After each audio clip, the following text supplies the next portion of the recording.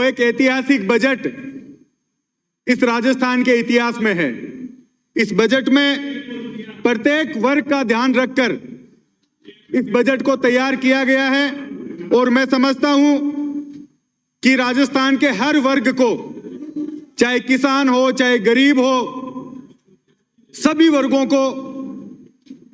इस बजट का फायदा मिलेगा। इस बजट में जो सामाजिक सुरक्षा की योजनाएं मुख्यमंत्री जी लेकर आए हैं, वो मैं समझता हूं कि किसी भी सरकार के लिए सबसे जरूरी अगर कोई योजना लाना है या बजट लाना है तो वो योजनाएं होगी, जिसमें चाहे सिलेंडर 500 रुपए का हो, चाहे मुफ्त की बिजली देना हो, चाहे चिरंजीवी योजना को 10 लाख से 25 लाख करना हो, चाहे ओपीएस में सभी कर्मचारियों को शामिल करना हो। इसके अलावा जो 30,000 सफाई कर्मचारियों की भर्ती इस बजट में लाई गई है, उन सभी से मैं समझता हूं कि इस राजस्थान में एक सामाजिक सुरक्षा का माहौल प्रत्येक वर्ग के लिए बनेगा। माननीय सभापति महोदय, इस बजट में लाडनू को जो सौगात मिली है उसके लिए मैं बहुत बहुत धन्यवाद देना चाहूंगा। चाहे दीनदारपुरा को उप तहसील बनाना हो, चाहे नीमबीचौदा में पुलिस चौकी को पुलिस थाने में क्रमोन्नत करना हो, लाडनू में स्टेडियम की घोषणा हो, और चाहे 24 किलोमीटर सांवराज से लेकर बल्दू गेनाना सड़क की घोषणा हो। मैं समझता हूं कि लाडनू के इतिहास में लाडनू के लिए एक विकास के लिए, सर्वांगीण विकास के लिए इन घोषणाओं से बड़ा फायदा लाडनू वासियों को मिलेगा। इसके अलावा सभापति महोदय, मैं निवेदन करना चाहूंगा कि पहले बजट में से लेकर हर बजट में मैंने मांग की है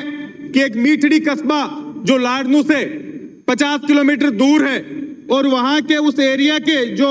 निवासी हैं उनके लिए एक उप तहसील की मांग मैंने पहले बजट से की है। तो मैं चाहूंगा कि जब मुख्यमंत्री जी वापस रिवाइज भाषण पढ़े तो कम से कम इस मांग को वो ध्यान में रखें। इसके अलावा बड़ुआ को पुलिस थाना बनाने की मांग इससे पहले बजट से लेकर मैंने अब तक की है, जिससे क्योंकि 2 तहसीलों की जो गांव है, कहीं मोलासर थाना कहीं डीडवाना थाना, और वहां के निवासियों को एक न्याय व्यवस्था, कानून व्यवस्था मिल पाए, इसके लिए उस थाने की सख्त जरूरत है। इसके अलावा लाडनू में उपजिला से जिला अस्पताल घोषणा हो, चाहे चिकित्सा मंत्री जी यहाँ बैठे हैं, उसमें पीएचसी खारिया, ध्यावा, कसुम्बी, सूपका, गिडोदा, इन गांवों में पीएचसी की मांग मैंने पहले भी उठाई है और मैं चाहूंगा कि इन गांवों को चिकित्सा के तौर पर ये सौगातें मिले। सीएचसी के रूप में चाहे दयालपुरा हो, जसवंतगढ़ हो, बल्दू हो, रताऊ हो, ये बड़े गांव हैं सभापति महोदय, और इनमें चिकित्सा के लिए कम से कम सीएचसी पीएचसी से क्रमोन्नत होकर इन गांवों में खुले। इसके अलावा सभापति महोदय, जो जीएसएस की मांग मैंने बजट में उठाई थी, उनमें लोडसर, गेनाना, मणु, ये गांव है जहां बिजली की व्यवस्थाएं प्रॉपर नहीं हो पा रही। इसकी वजह से इन गांवों में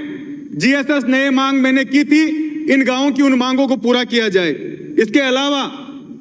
सभापति महोदय, मुख्य तौर पर जो पहले बजट में रिको की घोषणा लाडनू में हुई, उसका काम अभी तक प्रारंभ नहीं हुआ है। वह जो ट्रॉमा सेंटर बजट में घोषणा हुई, स्टाफ लाडनू अस्पताल में लगा दिया गया है, लेकिन दूरी की वजह से जो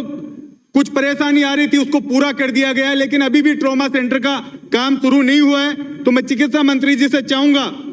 कि कम से कम उस ट्रॉमा सेंटर का काम शुरू किया जाए। इसके अलावा सभापति महोदय, हम लोग जो मांगे पूरी की है, उसके अलावा जो परेशानियां आम जनता को आ रही है, अगर उन मुद्दों को इस सदन में नहीं उठाएंगे तो मैं समझता हूं कि जो जिम्मेदारी जनता ने हम लोगों को देकर भेजी है वो पूरी तरह से हम निभाने में कामयाब नहीं होंगे। सभापति महोदय, ऊर्जा मंत्री से मैं निवेदन करना चाहूंगा कि जब